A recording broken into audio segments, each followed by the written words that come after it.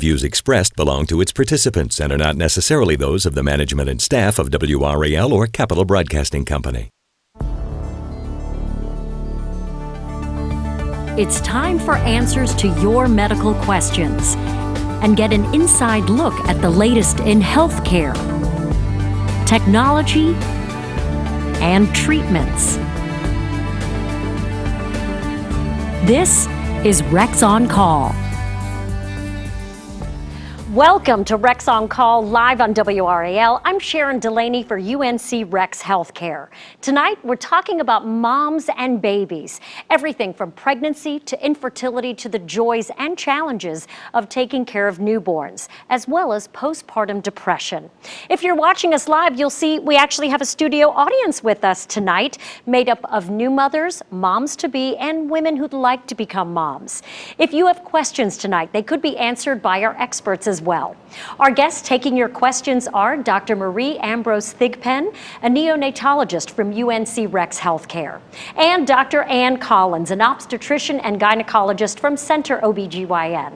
For those of you watching us from home or streaming live on WRAL.com, you can be a part of the program by emailing us at rexoncall@rexhealth.com, sending your questions through our Rex Healthcare Facebook page or through Twitter at Rex Healthcare. So lots and lots of ways to get your questions answered. Let's get started. For many women, becoming a mother seems like a given, a natural stage of life that our bodies are made for. But that's not always the case. In fact, 1 in 8 couples of childbearing age in the United States has trouble getting pregnant. Next week happens to be National Infertility Awareness Week, and there are some statistics that may surprise you about infertility. Difficulty conceiving isn't just a woman's issue. A third of the time it's the female, a third of the time it's the male partner, and a third of the time it's a combination or is unexplained. The good news is that 2/3 of couples who seek treatment end up having a baby. Also, 85% of infertility cases are treated with medicine or surgery. Only 3% actually need more advanced techniques like in vitro fertilization. So you want a baby, and it just isn't happening as quickly as you'd like. Or you're over 35 when conceiving becomes more difficult. At 42, it's even more of a challenge. But there are treatments that could make your dreams of a family a reality. Eve Peterson has her hands full with 3-year-old Mary Henning and 2-week-old Margaret. Hey, where are you going? You're going to check on her? But actually conceiving her daughters was the biggest challenge. Eve and her husband struggled with infertility. It's really easy to get, sad, and when you see your friends that are getting pregnant and you're very excited for them, but you really want that for yourself. Her dream of motherhood finally came true through in vitro fertilization at UNC Fertility in Chapel Hill. That successful treatment brought them Mary Henning. Then they decided on having a second baby. We had some embryos that were frozen from her cycle, and when the clinic moved to their new location in Briar Creek, our frozen embryos were literally trucked down I-40 and brought to this location. Unfortunately, those embryos were implanted but didn't result in a pregnancy. But they didn't give up. I have had 12 different embryos implanted in me, and now we've got 2 beautiful girls. The reasons for infertility can vary from blocked fallopian tubes to ovulation problems to a man's low sperm count, according to UNC fertility specialist Dr. Jennifer Mercereau, who says most cases are treatable. If somebody's not ovulating on a regular basis, sometimes we can use relatively easy things like pills to make them ovulate. Women over 42, it can be quite challenging, and in a lot of those instances, they use kind of more complex treatments like donor egg with IVF. These methods don't happen overnight. Fertility treatments could result in a pregnancy in a few months or a year. For Eve's family, it was worth the wait, and their story may not be over yet. So we have 2 embryos that are left, and so now we're going to have to decide at some point when to transfer them. And we wish Eve and her family the best of luck. Those are some beautiful girls. So when should you seek the help of a professional if you're having trouble getting pregnant? Dr. Collins, let's start with you. What is the typical routine that a woman or a couple should follow? So most women are going to be pregnant in 1 year without trying. However, after that year, if you're not, it's time to come in and see your gynecologist and talk about what should you look for, what could be a problem. The difference is if you're over 35, you may want to accelerate that and come in sooner at more of a 6-month time frame or an 8-month time frame as our fertility declines as we get older. Now, I must say, full disclosure here, Dr. Collins delivered my second child, and I remember going in at 35 and you were like, well, you are of advanced maternal age. Not a very nice term to use, is it? But really, in all seriousness, if you're over 35, you should seek help sooner. Absolutely. We wouldn't necessarily say wait that entire 12 months. Maybe Okay. coming sooner. Okay, Dr. Ambrose Thigpen, are there ever any concerns when you get babies that are born via reproductive technology like in vitro fertilization or with ICSI or any of those more advanced techniques? Do you ever have any issues with those babies? Not usually. A lot of times the moms who have had advanced reproductive technology have seen their perinatologists and gynecologists and OBs and have had all of the prenatal testing and the ultrasound, so there are usually not very many surprises for us, but we get the healthy baby at the end and treat as a normal healthy baby. Okay, terrific. All right, we're going to take a question from Susan Wilson, who is in our audience. Go ahead and ask your question, please. Hi. I heard that after 20 weeks you're not supposed to sleep on your back, and it's actually best to sleep on your left side. So I'm sort of running out of options that are comfortable. Is there ever a time where it's okay to sleep on your right or even on your back? Is there a time limit where you can really sleep on your back for? Susan, that's a really great question. And actually, we use 16 to 20 weeks. And it has to do with the size of the uterus and the way the uterus compresses the vena cava, which is the blood return to the heart. And so if you lay on your back for too long, you may get lightheaded and dizzy, and you don't feel so well, and we ask you to move over. And in fact, left or right is fine. We just don't want you flat on your back for the most part. Okay, our next question is from Sarah. Go ahead. Yes, for mothers who plan to breastfeed, are there any other supplements or vitamins that need to be given to the baby on top of breastfeeding? That's a great question. In general, the breast milk is a very complete food for the baby. However, one of the things that we do supplement the baby is vitamins, specifically vitamin D, and your pediatrician would alert you to when is a good time to start that supplementation. And I asked this question, does the mommy take it and give it to baby, or do you actually give it to the baby? Well, mommies usually for breastfeeding still need to continue their prenatal vitamins, but the baby will get supplemented with vitamin D as well. Okay, thank you.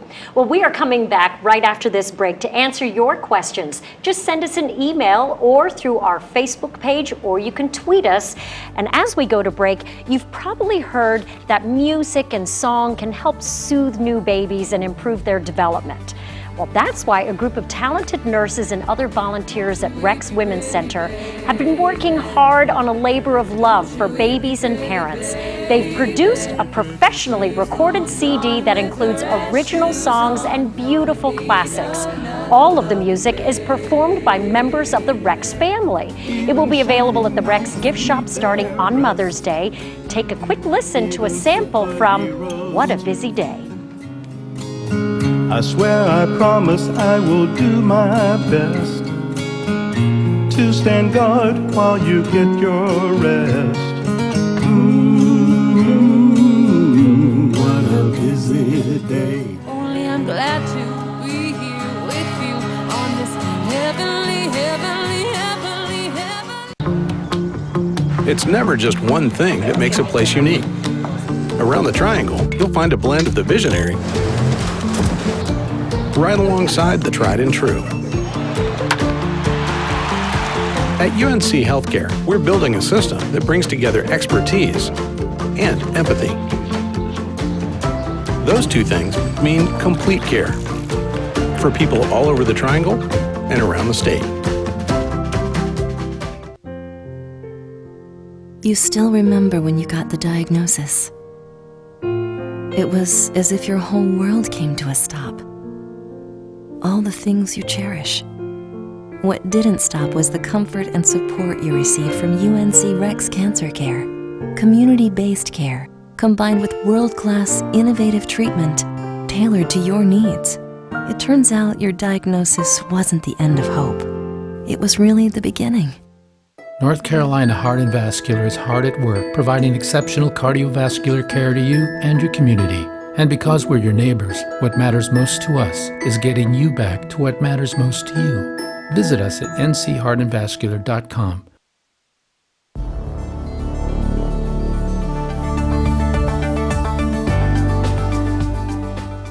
Welcome back. This is Rex on Call live on WRAL, and tonight we're answering your questions about pregnancy, fertility, and caring for newborns. If you have questions for our experts, email us at rexoncall@rexhealthcare.com. You can send us a message on Facebook or tweet us your questions to @RexHealthcare.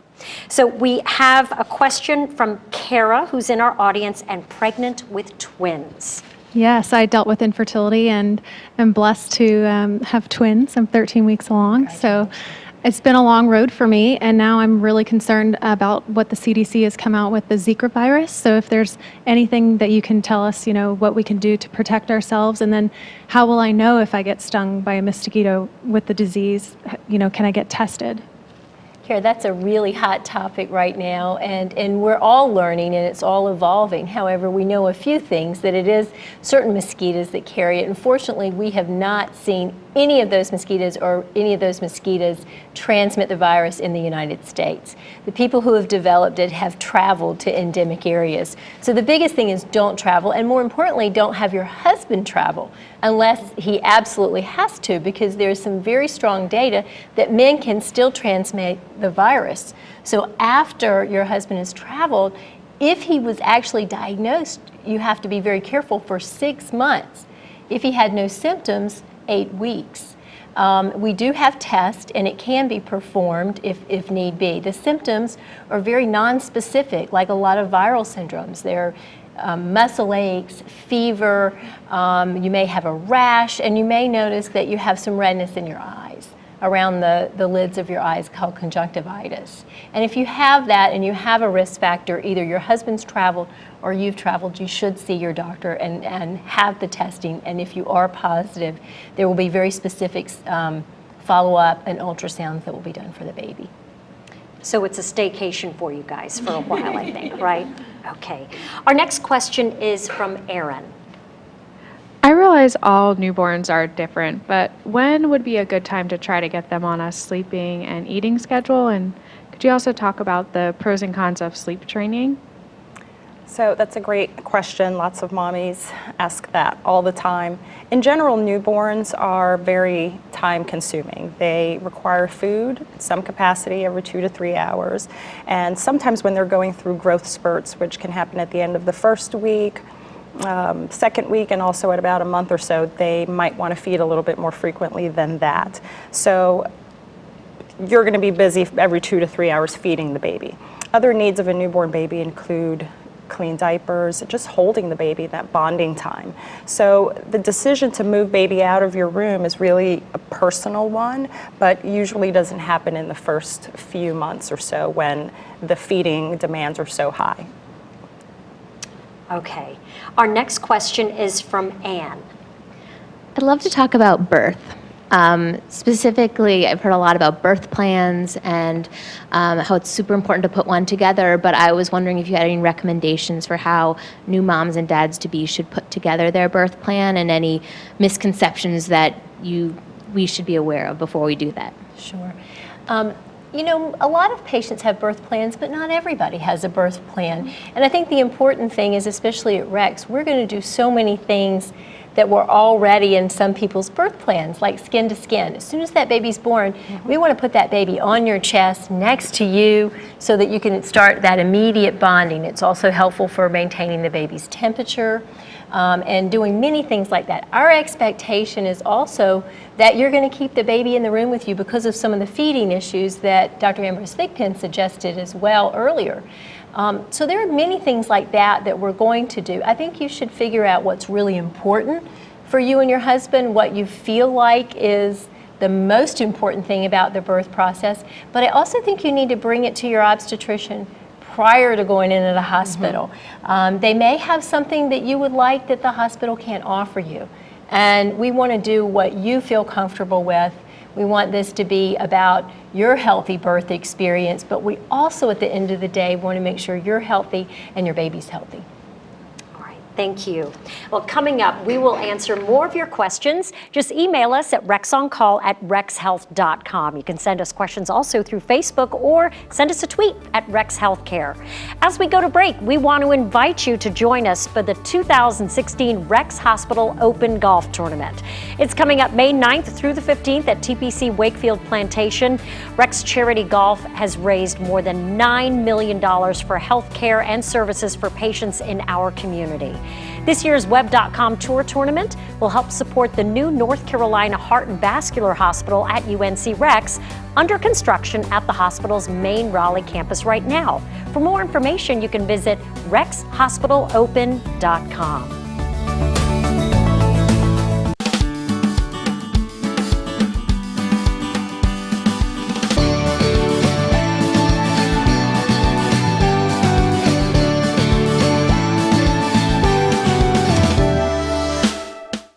I couldn't count the number of times over the last 25 years, the yo-yo diets, the programs that didn't work. I wanted to get off that weight loss roller coaster. To date, I have lost 124.5 pounds. Rex gave me my life back. Every delivery tells a story. At Rex Women's Center, we believe that story should be a cherished experience. It should be about personal comfort, compassionate caring, confidence building, continual guidance. Rex Women's Center provides a personalized, comfortable experience before, during, and after the birth of your baby. Rex Women's Center, chosen for excellence. Hi neighbor, we're the dedicated team at the new UNC Healthcare Hillsborough campus, here to bring the exceptional medical care you'd expect from UNC closer to home. The new UNC Healthcare Hillsborough campus. Exceptional healthcare, incredibly close. When you're 502 pounds or 500 pounds, I never really once thought, hey, I'm sick. My thought was, I'm fat. It took me a while to realize really what Rex was. And it is a wellness center. It's about getting better. It's about healing.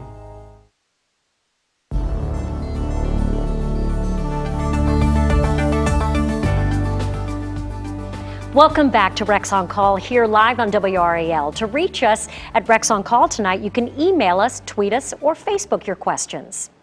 Although postpartum depression isn't uncommon, for many new moms, it's a lonely and sometimes embarrassing condition. Some women ask themselves, why am I not happy when I have this amazing little baby?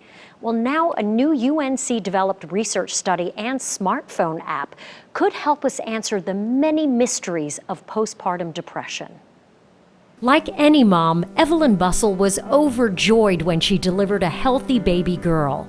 But also, like many moms, that joy was overshadowed by postpartum depression. I had a lot of anxiety and OCD tendencies and depression and wasn't sleeping. 7 months after having her baby, Evelyn says she hit rock bottom and could no longer cope with daily activities. I was afraid to be left alone with my daughter because I was afraid I wouldn't be able to take care of her. After first resisting medication, with her husband's encouragement, Evelyn was finally treated with therapy and meds. Now expecting their second baby, Evelyn teaches other moms to be that postpartum depression is nothing to be ashamed of. You are a good mom, and you're a good mom by saying, I need help. About 1 in 7 women struggle with postpartum depression, according to Dr. Edith Geddes with the UNC Women's Mood Disorder Clinic at the Rex Women's Center in Raleigh. But she stresses help is available. This is a very, very treatable and common illness. And many of the treatments are fairly easy and very, very well tolerated. Most of the medications we use are safer than a lot of things you might get over the counter. Help is also available in the form of an app. Researchers from the UNC School of Medicine developed PPD ACT for postpartum depression action. The goal, says one of the developers, Dr. Samantha Meltzer-Brody, is to gather saliva samples and history from women who have suffered from postpartum depression. If we understand the genetic basis or the underlying biology, then that gives us the ability to develop novel treatments to understand what causes it, to think about early detection, prevention. Evelyn, who uses the app, likes its helpful tips and resources, but also is hoping that sharing her experience will help other moms. It's not something you have to go through alone, and it's something that can be treated. Oh, so far there's been a great response to this app. Thousands of women have agreed to take the so-called spit kit, but many more are needed in order to get a good sampling. And it's pretty easy. iPhone users just download the app, answer a few questions, and if you agree, UNC will mail you that kit. So let's talk a little bit more about this. Dr. Collins, when you have a patient who is a new mom and it's very overwhelming, what kinds of things would you do to address a mom that you might think may be facing postpartum issues? Well, I think first of all, we have to let mothers know that it's okay, that it's not uncommon. If it's 1 in 7, that's a large number of women.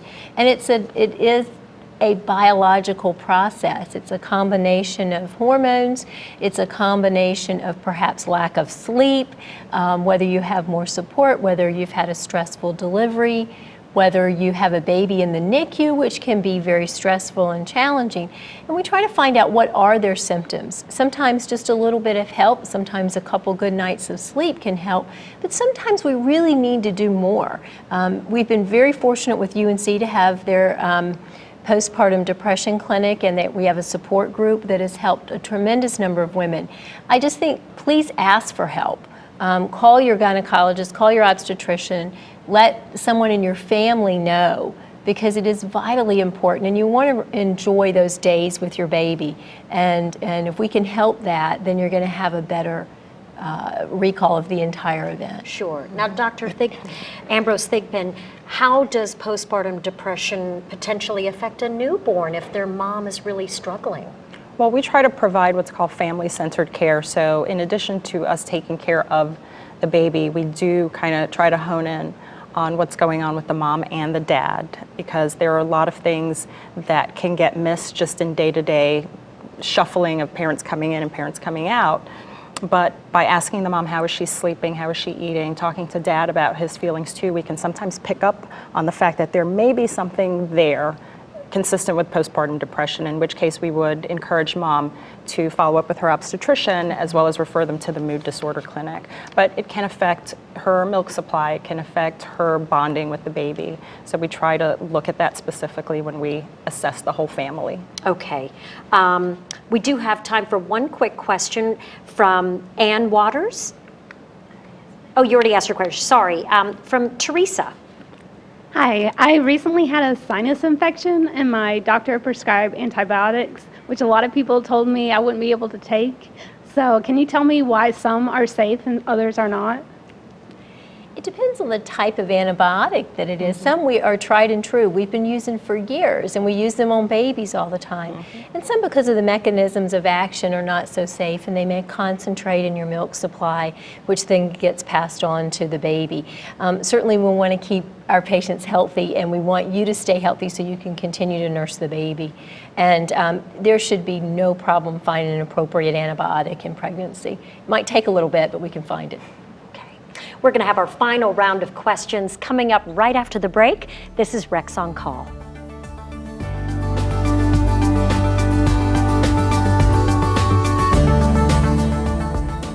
Within each child, there's the spirit of a champion waiting to emerge. At UNC Children's, we're committed to helping to achieve those dreams. As a leading children's hospital in the Southeast, we provide care to future champions of all ages. Our world-class care team represents all subspecialties, so no matter your child's condition, you can trust their care to us and leave the future up to them. We're champions of future champions. In every town in North Carolina, you find a blend of traits that make it unique. It might be grace, alongside grit, or creativity, meeting tradition. At the many places that are part of UNC Healthcare, you'll find expertise and empathy. That kind of care is our mission as a system across the state. Complete care for people all over North Carolina. Welcome back to the show. This is Rex on Call, and we're taking our final round of questions right now. Karen, go ahead. Thank you. I recently learned that UNC Rex's NICU received its Level 4 designation. How does the care differ than what was previously provided? That's a wonderful question. Again, we got our Level 4 designation back in August, and what that means for us is that we can now take care of babies who are 28 weeks and above. Prior to that, we were at about 30 weeks.